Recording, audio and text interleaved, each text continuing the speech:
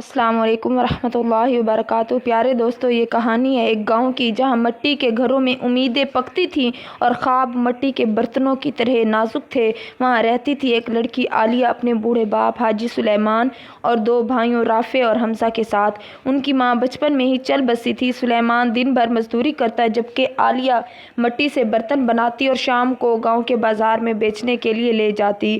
رافع چھوٹا تھا اور حمزہ بیمار رہتا تھا۔ گھر کی حالت اتنی نازک تھی کہ کبھی کبھی 2 وقت کی روٹی بھی نصیب نہ ہوتی، مگر عالیہ کا حوصلہ پہاڑ جیسا تھا۔ ایک رات جب وہ برتن بنا رہی تھی، اچانک اس کے سامنے ایک سایہ سا ابھرا۔ اس نے پلٹ کر دیکھا تو ایک لمبا چوڑا آدمی سفید لباس میں، سر پر سبز عمامہ اور آنکھوں میں نیلا نور لیے کھڑا تھا۔ میں نقصان نہیں دوں گا، صرف تم سے کچھ مانگنے آیا ہوں، وہ بولا۔ عالیہ کا دل دھڑک اٹھا، مگر اس نے ہمت سے کہا، مجھے اللہ کے سوا کسی سے ڈر نہیں، بتاؤ کون ہو؟ وہ مسکرایا، میں جن ہوں، مجھے ایک وعدہ پورا کرنا ہے۔ میری قوم کی ایک امانت کھو گئی ہے جو تمہارے آباء و اجداد کے پاس تھی۔ وہ امانت ایک چراغ ہے جو روشنی نہیں بلکہ سکون دیتا ہے۔ اب وہ تمہارے خاندان کے پاس ہے۔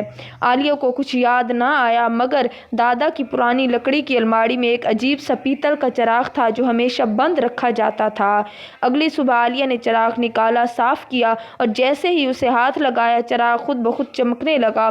اسی لمحے گھر کا ماحول بدل گیا۔ حمزہ کی سانسیں جو ہانپ رہی تھی ہموار ہو گئیں۔ سلیمان جو دن بھر کی مزدوری سے نڈھال تھا، چہرے پر سکون آ گیا۔ عالیہ حیرت میں تھی۔ رات کو جن پھر آیا، یہی وہ چراغ ہے، اسے واپس دے دو، تمہیں اس کے بدلے خزانہ ملے گا، دولت، آرام، شہرت کی زندگی ملے گی۔ عالیہ نے چراغ کو دیکھا، اگر یہ چراغ میرے گھر والوں کے لیے راحت ہے تو میں اسے کبھی نہیں دوں گی۔ ہمیں خزانے کی نہیں، سکون کی ضرورت ہے۔ جن کا چہرہ غصے سے لال ہو گیا، لیکن پھر اس نے سر جھکا لیا۔ تم کامیاب ہو گئی، یہ تمہاری آزمائش تھی۔